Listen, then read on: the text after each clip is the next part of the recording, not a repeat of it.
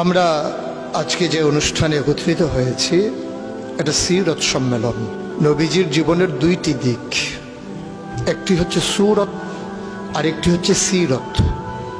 সিরত অনুকরণীয় আর সুরত প্রশংসনীয়। এই সুরত ধারণ করার ক্ষমতা কোনো মানুষের নেই।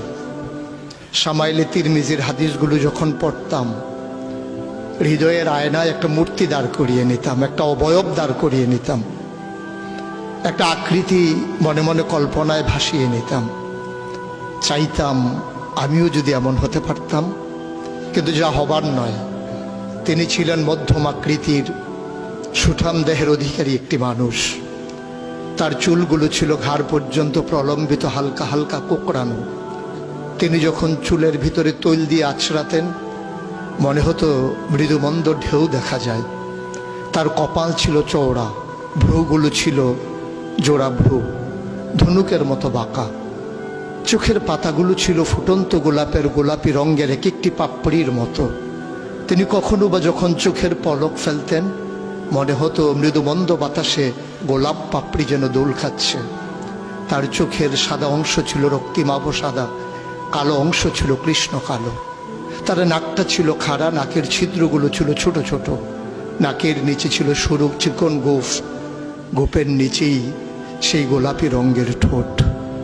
তার ঠোঁটগুলো যখন কখনো বা মুচকে হাসত, গোটা পৃথিবীর মানুষ অবাক বিস্ময়ে দেখত গোটা পৃথিবীতে যেন বিজলি চমকিয়েছে। তিনি কখনো বা যখন এই রাস্তা দিয়ে হেঁটে যেতেন, 1 মাস পরেও কখনো যখন সাহাবা হাঁটতেন, তার গায়ের জান্নাতি গন্ধ তারা পেতেন। মায়েরা উম্মাহাতুল মুমিনিন যারা, তারা নবীর যখন কখনো এই ঘামে ভেজা শরীর নিয়ে ঘরে ঢুকতেন, কপালের ভিতরে মুক্তোর দানার মতো ঘামগুলো যখন জমে থাকতো, মায়েরা ছোট্ট শিশি খুঁজে সেই ঘামগুলো শিশিতে ভরে জমা রেখে দিতেন, কখনো বা ঈদে কোনো অনুষ্ঠানে যেন আতর হিসেবে ব্যবহার করতে পারেন। এই সুরত ধারণ করা কোনো মানুষের সাধ্যর বাইরে। কখনোই কোনো মানুষ এই সুরত ধারণ করতে পারবে না চেষ্টা করলেই।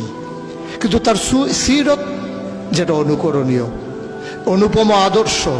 তিনি এসেছিলেন এই জন্যে, ওয়ামা আরসালনাকা ইল্লা রাহমাতাল লিল আলামিন। তিনি ছিলেন রহমত গোটা ধরনীর জন্যে। যেমন করে আল্লাহ বলেছেন, ফাবিমা রাহমাতিন মিনাল্লাহি লিনতা লাহুম ওয়ালাউ কুনতা ফাজ্জান গালিজাল কলব লানফাদ্দু মিন হাওলিক ফাআফু আনহুম ওয়াস্তাগফির লাহুম ওয়াশাওিরহুম ফিল আমর ফাইযা আযামতা ফাতাওয়াক্কাল আলাল্লাহ ইন্নাল্লাহা ইউহিব্বুল মুতাওয়াক্কিলিন। তিনি এসেছিলেন তেমন করে। কেন তাকে পাঠানো হয়েছিল? আল্লাহ নিজেই বলেছেন, লাকাদ কানা লাকুম ফি রাসূলিল্লাহি উসওয়াতুন হাসানা। তিনি ছিলেন মডেল, তিনি ছিলেন আইডল, তিনি ছিলেন আইকন, তিনি ছিলেন অনুপম আদর্শ, তিনি ছিলেন উসওয়াতুন হাসানা। তিনি গোটা মানব জাতির জন্য সকাল থেকে সন্ধ্যা, রান্নাঘর থেকে সংসদ ভবন, তার জীবনের ব্যক্তি জীবন, পারিবারিক জীবন, সমাজ জীবন, রাষ্ট্রীয় জীবন, অর্থনৈতিক জীবন, ইন্টারন্যাশনাল রিলেশন, সকল ক্ষেত্রে তিনি ছিলেন আদর্শ, তিনি ছিলেন মডেল, তিনি ছিলেন আইকন।